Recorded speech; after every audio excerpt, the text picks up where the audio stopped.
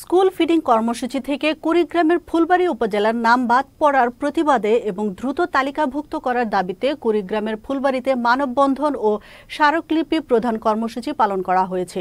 সম্প্রতি সারা দেশের ১৫০টি উপজেলার সকল সরকারি প্রাথমিক বিদ্যালয়কে স্কুল ফিডিং কর্মসূচির আওতাভুক্ত করা হয়, কিন্তু কুড়িগ্রাম জেলার ৭টি উপজেলার স্কুল এই ফিডিং কর্মসূচির তালিকাভুক্ত হলেও নদী বেষ্টিত সবচেয়ে অবহেলিত অনগ্রসর জনগোষ্ঠী অধ্যুষিত ফুলবাড়ী ও উলিপুর উপজেলা তালিকা থেকে বাদ পড়ে।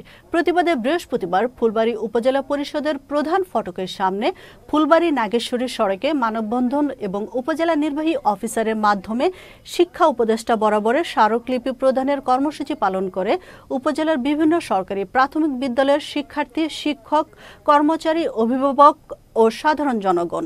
অবিলম্বে ফুলবাড়ী উপজেলাকে স্কুল ফিডিং কর্মসূচির তালিকাভুক্ত করার দাবি জানান তারা।